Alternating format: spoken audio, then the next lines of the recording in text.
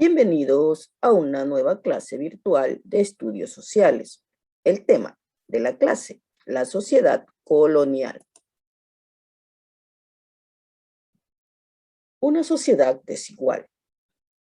La mezcla biológica entre españoles y afrodescendientes e indígenas configuró una sociedad multirracial que establecía derechos, privilegios y ocupaciones laborales según cada grupo social.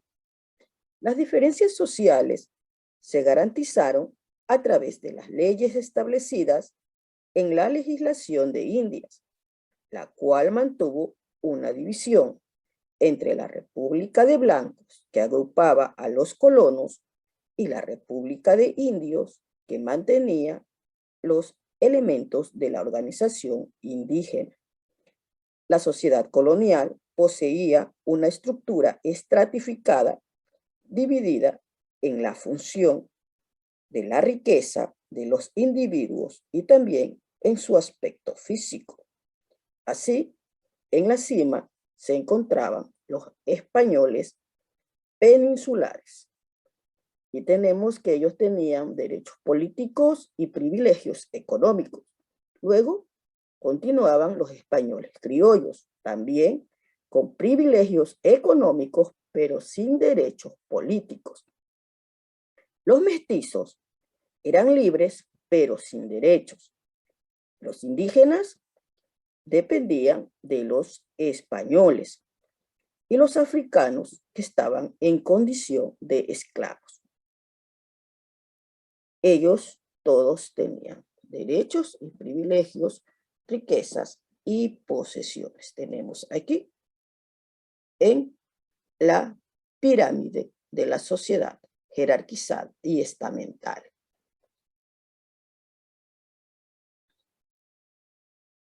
La estructura de la sociedad colonial. Podemos observar en la pirámide.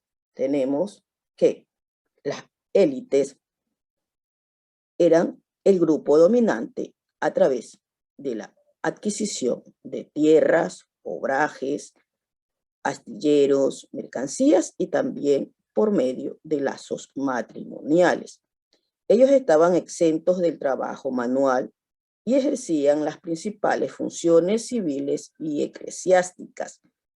Cabe recalcar que los trabajos más importantes, como por ejemplo el de presidente de la Real Audiencia, estaban reservados para los peninsulares, es decir, para los españoles. Luego tenemos a los sectores populares.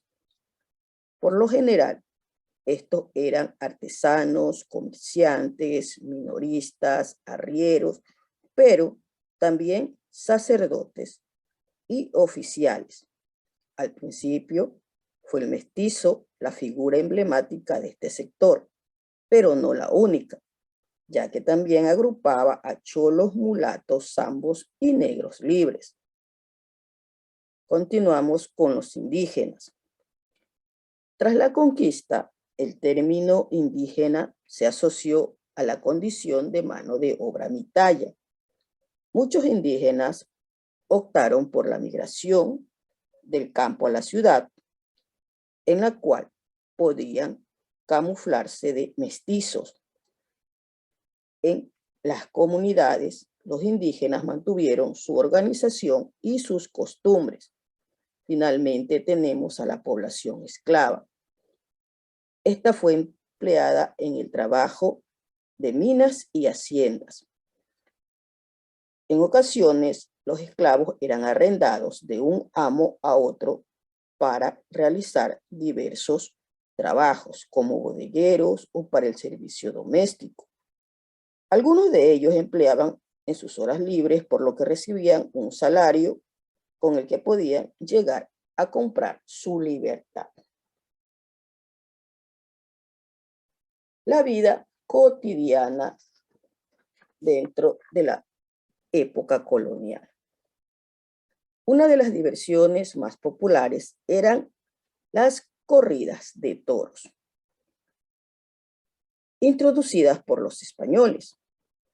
Durante los días de fiesta, solía cerrarse la plaza mayor de la ciudad y se la dividía en secciones, unas para las familias de élite, otra para los cargos oficiales y otra para el pueblo. A las 2 de la tarde comenzaban las corridas acompañadas de bandas de música y de fuegos artificiales. También tenemos que las fiestas eran el centro de la vida comunitaria. Estas fiestas conectaban las fechas de siembra y cosecha con el calendario cristiano. Una de las más importantes era la del Corpus Christi, que se celebraba entre mayo y junio. Las serenatas. Entre los grupos populares era común el fandango. Un viajero llamado William Bennett en su libro describe a los mestizos de la audiencia de Quito como aficionados a la música y señala que les gustaban tocar canciones desde el atardecer hasta la medianoche, hora en que salían a dar las famosas serenatas. En la región litoral, las élites asumieron las costumbres europeas para distinguirse del resto de la población, de tal manera que en este grupo se volvió común la ingesta de pan, mientras que el verde era consumido por las clases populares. Tenemos que en la vida cotidiana colonial no estuvo exenta de prácticas discriminatorias. Así, por ejemplo, en las iglesias, durante la misa, las autoridades y los miembros de las élites ocupaban los puestos cercanos al altar, mientras que las clases populares y los esclavos se ubicaban al último, cerca de la entrada a los templos religiosos.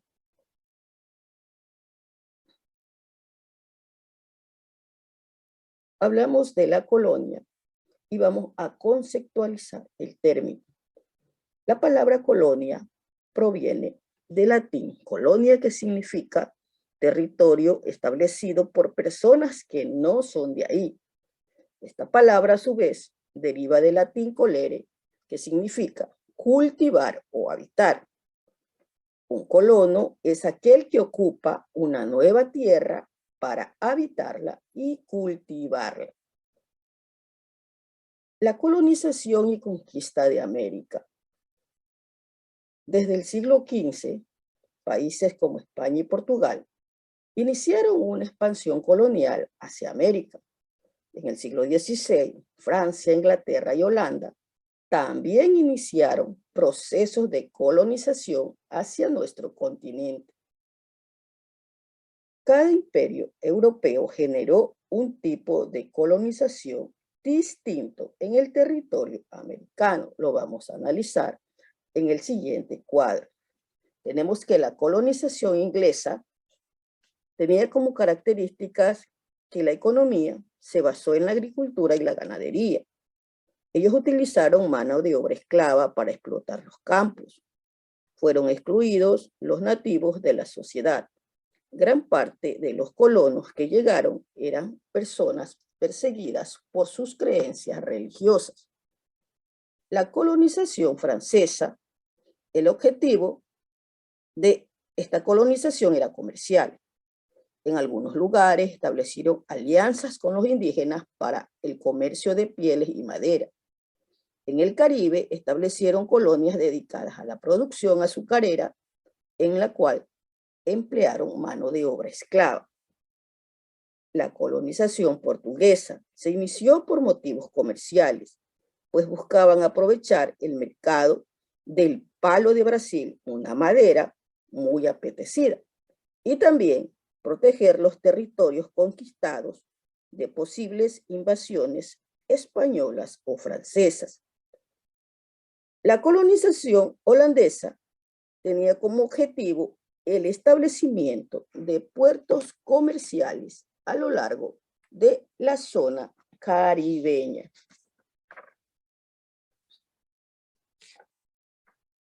Tenemos características de la colonización española o hispánica. Esta se basó en la explotación del territorio a través de la minería, de la agricultura y de la ganadería.